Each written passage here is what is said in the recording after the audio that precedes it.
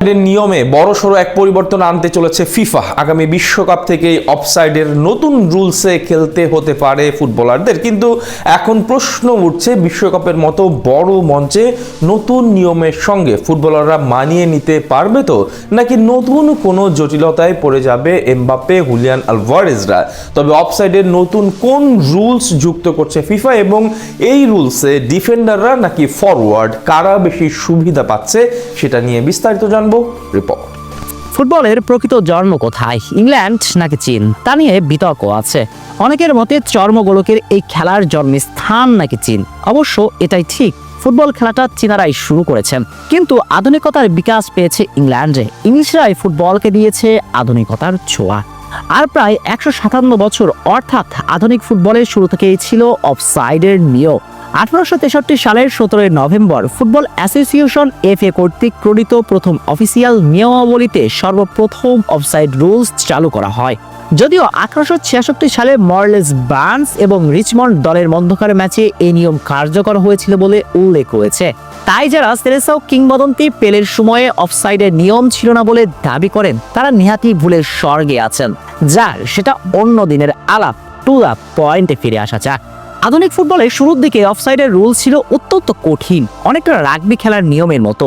বলের সামনে থাকলে অফসাইড কল করা হতো, কিন্তু এরপর এই নিয়মে অনেকটাই শিথিল করা হয়। প্রতিপক্ষের অন্তত 4 জন খেলোয়াড় সামনে না থাকলে অফসাইড হিসাবে কল করা হতো। তবে এই নিয়মেও ম্যাচে গোল হতো একেবারেই কম। আর ফুটবল তো গোলেরই খেলা। ফুটবল ম্যাচে গোল না হলে খেলাটা হয়ে উঠবে পাংশে, তাই সময়ের সঙ্গে শিথিল করা হয় অফসাইডের রুলস। বর্তমান রুলস অনুযায়ী একজন আক্রমণকারী যদি ডিফেন্ডারের সঙ্গে একই লাইনে থাকে, তাহলে তাকে অনসাইড ধরা হয়। তবে পা একই লাইনে থাকলেও আক্রমণকারীর কাঁধ, মাথা কিংবা শরীরের যে কোনো অংশ, শুধুমাত্র হাত ছাড়া যা দিয়ে গোল করা যায় না, ডিফেন্ডারকে পাশ কাটায়, তাহলে অফসাইড হিসেবে গণ্য করা হয়, যেটা বর্তমান নিয়ম। কিন্তু নতুন নিয়ম, অর্থাৎ যে নিয়মটা প্রস্তাব করা হয়েছে, সেখানে আক্রমণকারীর পুরো শরীর যদি ডিফেন্ডারকে অতিক্রম করে যায়, তবে কেবল অফসাইড হবে। অর্থাৎ শরীরের কোনো অংশ যদি ডিফেন্ডারের লাইনের সাথে সমান্তরালে থাকে, তবে সে ডিফেন্ডারের চেয়ে কিছুটা সামনে থাকলেও খেলা চালিয়ে যেতে পারবেন, অর্থাৎ অফসাইড হচ্ছে না। স্পষ্টভাবে এই নিয়মে VAR এর অফসাইড চেকের সময় কোনো ধরনের বিতর্ক তোলার সুযোগও থাকছে না। অফসাইডে স্পষ্টভাবে বুঝতে পারবে ভক্তরা। তবে এই নিয়মে বিপক্ষে পড়বে ডিফেন্ডাররা।